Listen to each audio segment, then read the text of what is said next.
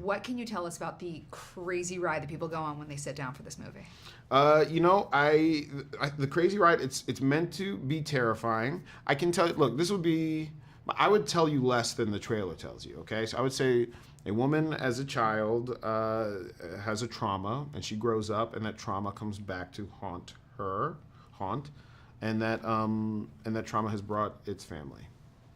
Ooh, that's good. What was the inspiration for you when you sat down to write it? Many inspirations. When I was a kid, I saw this episode of Twilight Zone called Mirror Image, which was written by Rod Serling about a doppelganger at a train station, and it scared me. I used to think about a doppelganger across the subway platform as a kid. So I always had that. I always start with something that every time I think about it, it scares me, because that's my engine. That's my horror engine.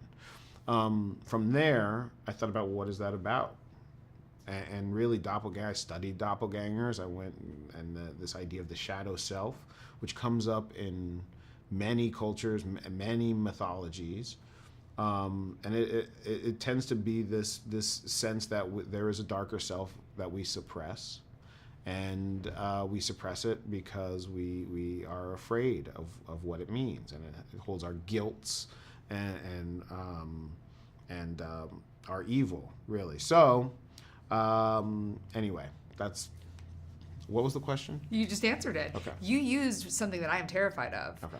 It screwed me up with the itsy bitsy spider being whistled, and you use it multiple times in this movie, which messed with my head. But there are so many homages, and Winston even told me he based his character on Uncle Phil. Can you talk a little bit about the Easter eggs that you sprinkled throughout this movie?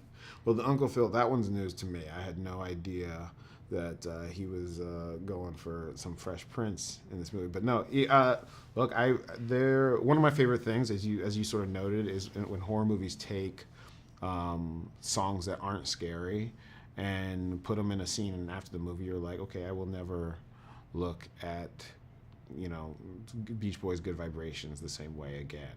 Like, that to me is just cool. It's just kind of like hijacking the connotations of a song. So I do that several times in this movie.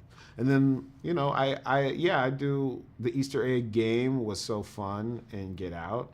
And so I went pretty crazy with it in this one. But because I'll just scroll through the internet and look at fan theories.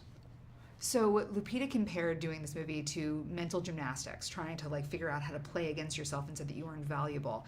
How do you direct a performance of the same person in two characters? It's really hard. It's really hard, real challenge. I mean, and even more than one is when you have four actors playing against four characters by the same actors, and we wanted to shoot it like you would shoot 8 actors. So that means not sort of oversell this idea that you have the same. So an audience's filmic language is just buys it.